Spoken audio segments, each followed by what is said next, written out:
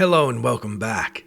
In today's video we'll be exploring how I believed Bethesda had quietly and wisely removed an Easter egg related to an NPC in the Oblivion Remaster, only to learn the truth is much more disappointing.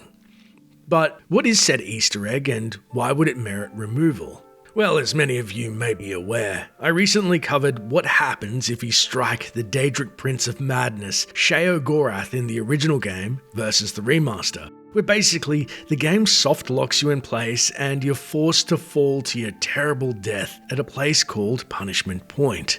What's interesting about this particular location is that in the original, if you were to travel there on foot, finding it north of Knife Point Hollow, you can find various dead that have been deemed unworthy by Lord Sheo. But why is this important?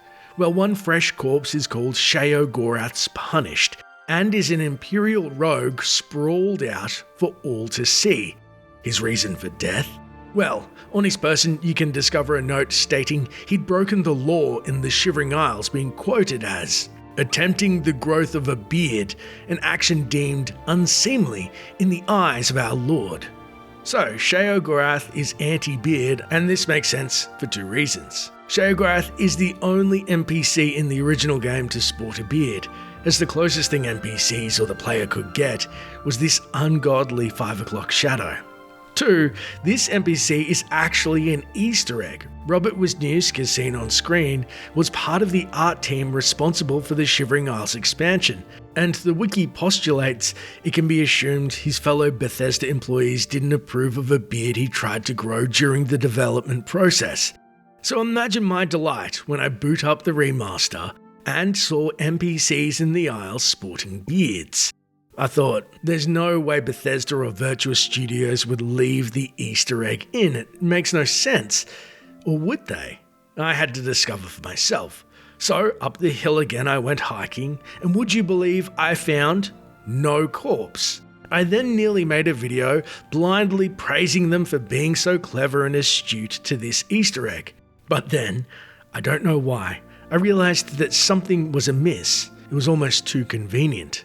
So luckily for me, I raced to the wiki, and what do I see? An article stating that the bodies from the original were there, but just simply clipped underground.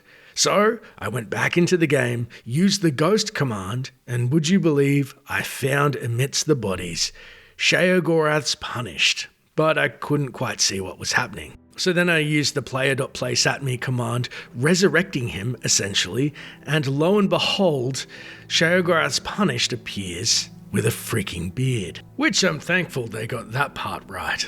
Now, I understand people who played the original and are aware of the Easter egg. If they trekked up the mountain in the remaster, they may think, oh, Virtuous or Bethesda know what they're doing. That's so cool that they removed him. Maybe no one else will, it's just me. I just feel silly. I got excited by the updated world building, believing there was such oversight in a small, obscure piece of lore, only to have my dreams dashed by a Bethesda bug. Actually, I take that back. It's really starting to feel like home again. Though, to be fair, having Sheo kill a man being offended by his beard when everybody else in the Isles sports one does seem on brand for his level of crazy. Or maybe I'm just making excuses. Let me know in the comments below, and make sure to check out the video on screen where you can discover how killing NPCs in the Shivering Isles has their grave appear with custom epitaphs.